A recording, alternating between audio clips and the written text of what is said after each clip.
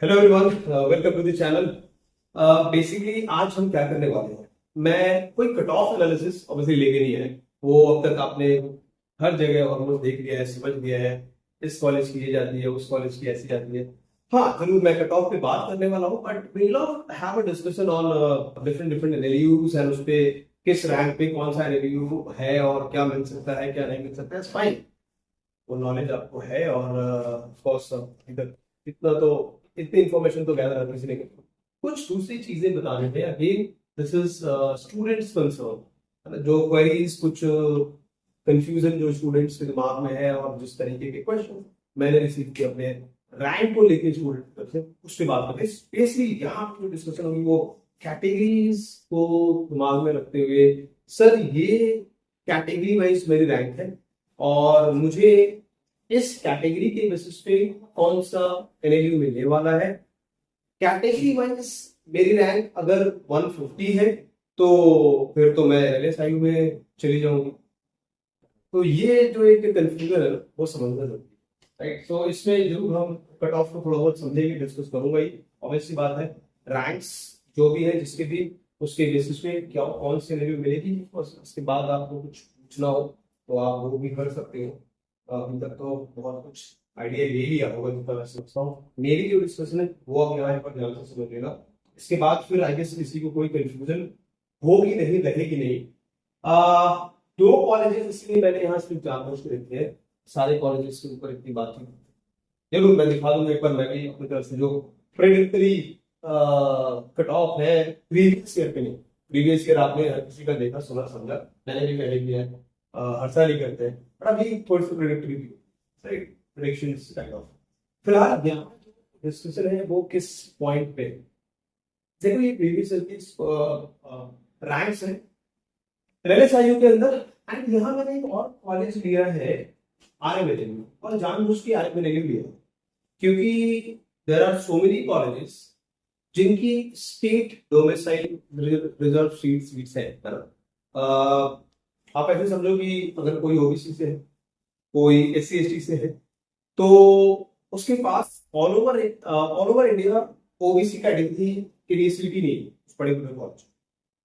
इसीलिए ये वाली कॉलेज को मैंने यहाँ आरएमएलयू को पिक किया है, क्योंकि आरएमएलयू में भी जो जो कैटेगरी वाइज जो सीट्स है उसके लिए ऑल ओवर इंडिया पे we do not have any seat.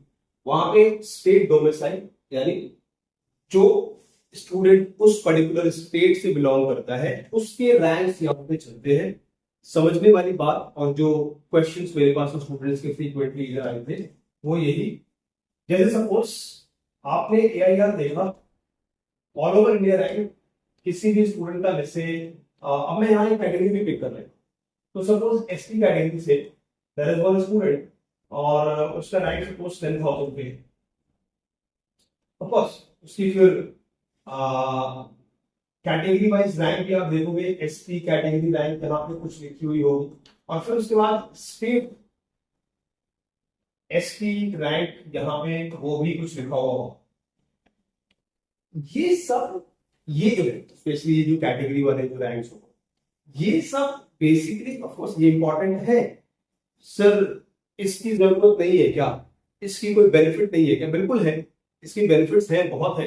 लेकिन हम जो सिलेक्शन जो डिस्कशन है ना यहाँ पे हो, सिलेक्शन जो हम डिस्कशन में आते हैं या जितने भी डिस्कशन आपने देखे होंगे वो इस पे ही कर रहे होंगे, इसको लेके डिस्कशन नहीं होगा।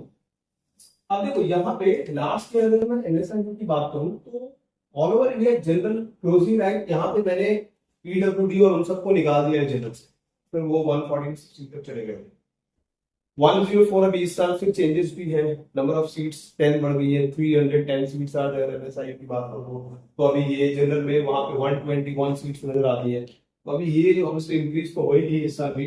ईडब्ल्यूएस के लिए ये थी क्लोजिंग रैंक, ओबीसी ये, एससी एसटी। अब देखो ये समझना, अगर कोई student all over India category मतलब उसकी यही जो है वो एसटी कैटेगरी से कितनी है, ऑफ कोर्स इसकी एसटी रैंक अलग वो हो सकता है रैंक शायद 150 200 हो पॉसिबली एसटी रैंक, बट ये वाली रैंक मैटर करती है, इसके बेसिस पे सिलेक्शन होगा। कहने का मतलब ये है, अगर आप एसटी कैटेगरी से बिलोंग करते हैं और आप 7,000 के आसपास हैं फ्रॉम दिस पर्टिकुलर कैटेगरी, तो जरूर आपको इस कॉलेज में एडमिशन मिल जाएगी। आपकी पर्टिकुलरली एसटी रैंक क्या है इतना मैटर नहीं करता, ठीक है। अब इसमें एक चीज जो और समझने वाली वो स्टेट रिजर्वेशन वाला है ना। बहुत सारे कॉलेजेस में एलएनयूज के अंदर ये स्टेट रिजर्वेशन तो है ही है। अब एनएसआईएल की बात करूं, इसमें ऑल ओवर इंडिया भी है, एआईआर रैंक कंसिडरेशन में है, प्लस स्टेट रैंक कंसिडरेशन में भी है। Now sir, those who are having closing rank की बात कर रहा हूं मैं यहाँ पे 431 फ्रॉम कर्नाटका, राइट। नाउ इससे जरूर स्टूडेंट जिसको जो 420 पे है and he or she particularly belongs from that particular state, Karnataka से, जनरल कैटेगरी वहां पे ये रैंक अगर होल्ड करता है तो इसको एनएसआईयू मिल जाएगा। वेयर अगर एआईआर की बात की जाए तो आपको इसके अंदर होना। तो ये स्टेट डोमिसाइल और एआईआर रैंक दो अलग अलग चीजें हैं, दो अलग अलग रैंक्स हैं। अलग अलग रैंक्स का मतलब ये नहीं है कि इसमें और इसमें अगर आप इस रैंक को होल्ड करते हो तो आपका सिलेक्शन नहीं होगा। अलग अलग रैंक्स का मतलब यहाँ ये नहीं सिलेक्शन नहीं होगा एट दिस पर्टिकुलर रैंक, इस कॉलेज के अंदर इस रैंक का सिलेक्शन होगी, आपको इस स्टेट से बिलोंग करना पड़ेगा। अगर आप इस पर्टिकुलर स्टेट से बिलोंग नहीं करते हो एंड ये रैंक होल्ड करते हो तो फिर आपको इधर एआईआर वाले में आकर देखना पड़ेगा कि सर एससी कैटेगरी से मैं 10,000 पे हूँ, 10,600 ले लो, मैं इस रैंक पे हूँ, कहाँ जाऊंगा। अब उस केस में आपको एनएलएसआई को नहीं मिलेगा, ठीक है। फिर उसके बाद जो भी जहां भी आप फॉलो कर रहे होंगे वो मिलने की चांसेस जरूर बढ़ेगी। 10,000 एसटी कैटेगरी से हूं, कहाँ कौन सा कॉलेज मिलेगा, वो फिर आपको एआईआर अलग रैंक है और स्टेट वाली रैंक अलग चलती है। जैसे इसमें अगर मैं बात करूं, इसलिए जानबूझ के मैंने आरएमएलयू पिक किया था। आरएमएलयू की अगर मैं बात करूं, यहाँ पे जनरल कैटेगरी से एआईआर जनरल से ही सिलेक्शन है। अगर ऑल ओवर इंडिया की बात की जाए तो जनरल कैटेगरी से ही सिलेक्शन है। क्लोजिंग रैंक 764 तक गई थी। इसके बाद जो ये कैटेगरी वाइज जो रैंक्स है कंसिडरेशन में ही नहीं थे। क्यों? वहां स्टेट डोमिसाइल ज्यादा है। आप बात कर लो महाराष्ट्र की, एमएनएलयू मुंबई, आप बात कर लो सीएनएलयू चाणक्य, है ना, बिहार। तो यहाँ पे स्टेट रिजर्वेशन काफी है। स्टेट के मतलब स्टेट के स्टूडेंट्स के लिए सीट्स ज्यादा रिजर्व की गई है। आप समझो यहाँ पे स्टेट ईडब्ल्यूएस में एक स्टूडेंट है जिसको अगर ये रैंक है 2428 क्लोजिंग रैंक लास्ट ईयर की, तो ऑब्वियसली उसको आरएमएलयू में। अगर कोई स्टूडेंट ओबीसी कैटेगरी से बिलोंग करता है, ये वाली रैंक होल्ड कर रहा है, वो लास्ट ईयर क्लोजिंग रैंक 3370। जैसे अभी I guess we have one student 4000 के आसपास उसका रैंक है, ओबीसी कैटेगरी यूपी से। शी वाज आस्किंग कि सर क्या आरएमएलयू मिल जाएगा। अभी वही है कि अभी ये क्लोजिंग थी, नहीं कह सकते 4000 पे मिलेगा नहीं मिलेगा, हो सकता है। लेकिन हाँ, क्या 4000 एआईआर से मुझे आरएमएलयू मिल जाएगा? Obviously no. ओबीसी चाहे ओबीसी कैटेगरी से भी, चाहे ओबीसी कैटेगरी से हो, अगर आप 4000 एआईआर होल्ड कर रहे हो तो क्या आरएमएलयू मिल जाएगा? नो, है ना। 4000 अगर मैं यूपी से हूं, 4000 के आसपास या 3000 के आसपास रैंक होल्ड कर रही तो क्या आरएमएलयू मिल जाएगा? 3000 पे यस मिल जाएगा फॉर श्योर ओबीसी कैटेगरी से। 4000 पे देखना वो चांस नहीं, राइट। तो जो समझने वाली बात है यहाँ पे जो मुझे समझानी थी वो यही थी मेनली कि स्टेट रिजर्वेशन अलग है, उसके रैंक्स आपके कैटेगरी वाइज रैंक लिस्ट पे आई होगी, उस रैंक को आप चेक कर लेना। एआईआर से जो सीट्स मिल रही है जिस कॉलेज में वो अलग, राइट। अब इसके बाद आगे की स्टोरी आपने ऑलरेडी कई जगह देखी होगी। मैं यहाँ पे लास्ट ईयर की क्लोजिंग रैंक को नहीं कर रहा हूँ, ये मेरी थोड़ी बहुत प्रोडिक्शन है on the basis of number of seats जो कभी अभी इस बार भी बढ़ी है, introduction of new courses, seats बढ़ गई है। तो क्या हो सकता है, जैसे बैंगलोर की बात की 10 सीट्स लास्ट मंथ में थी, 10 सीट्स जो एक्स्ट्रा आई है वो कर्नाटका के लिए पहले भी थी, तो तभी उस टाइम को all over total seats 290 10 seats Karnataka से थी। व्हाट आई पर्सनली बिलीव ये लास्ट को क्लोज हुआ है 104। अगेन मैं बता रहा हूँ जनरल से पीडब्ल्यूडी एक्सक्लूड करके, तो 110 के आसपास 110 115 ये ओपनिंग रैंक और क्लोजिंग रैंक नहीं लिखा मैंने, इस ब्रैकेट पेज दे दिया है। मैं समझता हूँ 110 के आसपास में ये क्लोज हो जाएगा, ठीक है। सिमिलरली ईडब्ल्यूएस की बात करूँ, लास्ट ईयर क्लोज हुई थी यहाँ पे ईडब्ल्यूएस 530 मैंने लिख दिया है। अगर आप 530 के आसपास हो तो फिर एक्सपेक्ट कि हाँ हो सकता है, सही मिल सकता है ईडब्ल्यूएस से। अगेन ओबीसी रैंक, है ना। सिमिलरली एससी एसटी के लिए जो प्रेडिक्शन, ये प्रेडिक्शन है टियर 1 के लिए राउंड ऑफ कट ऑफ यहाँ पे मैं करता हूँ, और यहाँ पे सिर्फ टियर 1 है, बाकी कॉलेजेस लिस्ट वो सब दिखा के और बहुत ज्यादा टाइम वेस्ट ही होगा। सो बेसिकली ये एक छोटी सी प्रेडिक्शन है डिफरेंट डिफरेंट कॉलेजेस के टियर 1 में।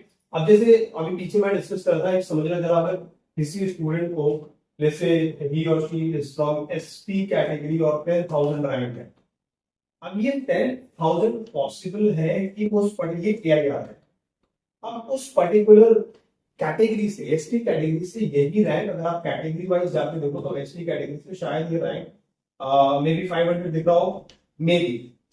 तो अब 10,000 और 500 में फर्क क्या है? ये 10,000 इज कंसिडर्ड, इसके बेसिस पे आप अपने कॉलेजेस को फाइनलाइज करो।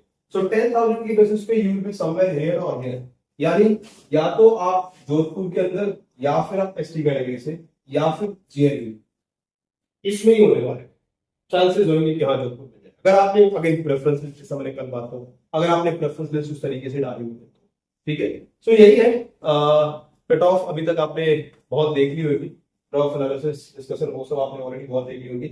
मुझे जो इन्फॉर्म करना था, एक अपडेट करना था जिसके रिगार्डिंग क्वेरीज आ रही थी, वो यही थी। रेस्ट इसके समवेयर इसके आसपास रहने वाली है। सिलेक्शन की जो डिफरेंट डिफरेंट एनालिसिस में जो रैंक है, इसके आसपास रहने, बहुत ज्यादा कुछ चेंजेस नहीं है। लास्ट 2-3 ईयर से जो रैंक होल्ड कर रहे हैं उसके आसपास 10, 15, 20, अगर आप कैटेगरीज में जाओगे तो 100-200 तक का रेंज एक आप ले सकते हो, इससे ज्यादा ऊपर नीचे फ्लक्चुएशन रह रही। In case of any query, any concern, किसी भी तरीके की कुछ बातें, डाउट दिमाग में चल रही हो, तो you can contact on this number. Thank you.